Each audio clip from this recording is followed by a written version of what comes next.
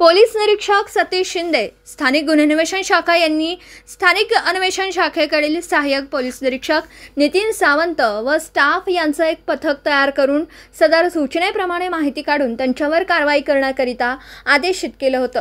त्या अनुषंगाने स्थानिक गुन्हे अन्वेषण शाखेकडील सहाय्यक पोलीस निरीक्षक नितीन सावंत यांच्या पथकामधील सहाय्यक police Anil Ayanapure, police head constable Sanket Magdum आणि पोलीस हेड कॉन्स्टेबल इसान मुल्ला यांना त्यांच्या बातमीदाराकडून बातमी मिळाली।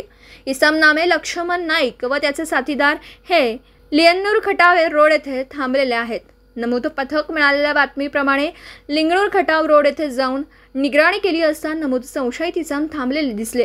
त्यांचा मिळालेल्या बातमीप्रमाणे संशय आल्याने सहाय्यक पोलीस निरीक्षक नितीन सावंत व त्यांच्या पथकाने त्यांना पळून जाण्याची संधी न देता जागेच पकडून त्यांची नाव व गाव पत्ता विचारला असता आणि त्यांचं नाव लक्ष्मण श्रीकांत नाईक, वय वर्ष 39, राहणार पाण्याच्या टाकीजवळ लिंगणूर, तालुका मिरज, जिल्हा सांगली।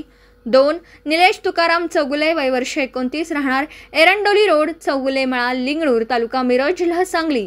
3 अर्जुन शिवाजी पाटोळे, वय वर्ष 26, राहणार पाण्याच्या टाकीजवळ सुभाषनगर, तालुका मिरज, जिल्हा सांगली अशी सांगितली।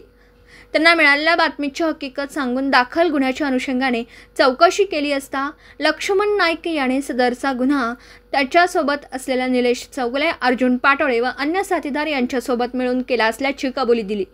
उर्वरित आरोपींचा शोध चालू आहे। लक्ष्मण नाईक हा रेकॉर्डवरील आरोपी असून त्याच्यावर यापूर्वीही महाराष्ट्र, कर्नाटक राज्यातील पोलीस ठाण्यामध्ये जबरी चोरी व फसवणुकीचे गुन्हे दाखल आहेत।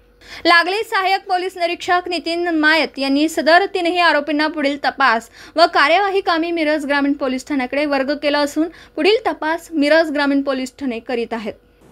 दिवसभरातील घडामोडींचा आढावा घेण्यासाठी पाहत रहा N24 मराठी न्यूज।